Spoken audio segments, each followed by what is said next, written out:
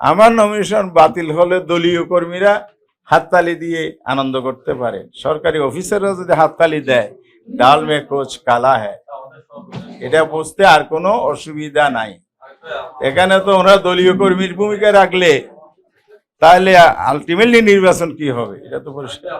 ফেসিজা আমলে একটা মামলায় অন্যায় বেআইনিভাবে আজকে আমার নমিনেশন পেপার ওনারা অ্যাকসেপ্ট করেন নাই। এটা কত বড় যে অপরাধ এবং অন্যায় হয়েছে এটা আগামীতে প্রমাণিত হবে ইনশাআল্লাহ।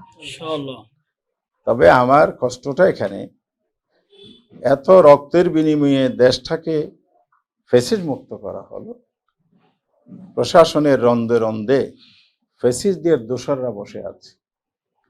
আমরা ইলেকশন কমিশনকে বলেছি, মাননীয় সিট দফায় দফায় বলেছি, এবং সারা দেশে আমরা 8 দফা এই কয়েক মাস 5 দফার ভিত্তিতে আমরা আন্দোলন করেছি। আমরা সবাই মিলিয়ে বলেছি এই ফেসিস্ট আমলের আমলাদের নিয়ে, দোসরদের দিয়ে সুষ্ঠু নির্বাচন হবে না। লেভেল প্লেয়িং যদি না হয় আপনার স্বপ্নের উৎসবমুখর নির্বাচন ইতিহাসে সেরা নির্বাচন হবে না।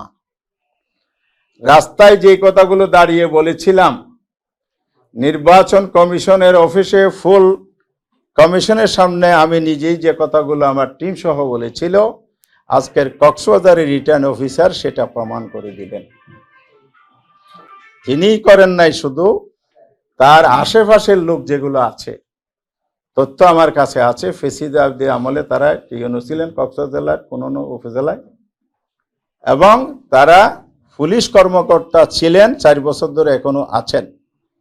এই দোসরদের দ্বারা বায়াস হয়ে অন্যায়ভাবে যে অবিচারটা করা হলো, এই অবিচার অন্যায়ের বিরুদ্ধে অবশ্যই নির্বাচন কমিশন ব্যবস্থা নেবেন।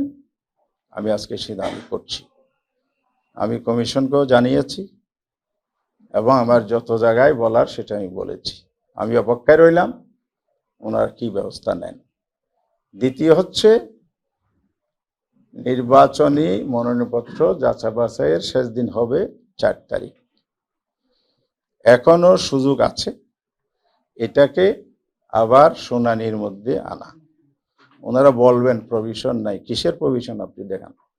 ফেসিবাদের আমলের মামলা নিয়ে আপনি তামাশা করবেন আর আমার উপর আইন দেখাবেন।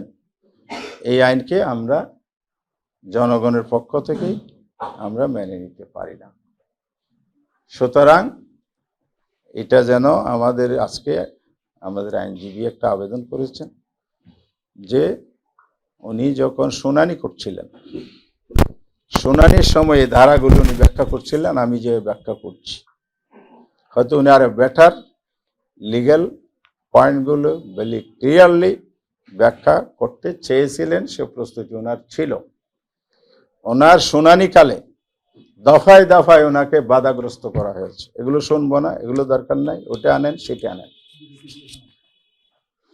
তারপরে আমার কাছে জিনিসগুলো যখন ইনফর্ম করা হলো, আমি ঢাকায় লয়ারের সাথে, আজকে আমার সিনিয়র লয়ার আসে নাই, কালকে শুনানির সুযোগ দিলে আমার সিনিয়র লয়ারকে দিয়ে আমি শুনানি করাবো।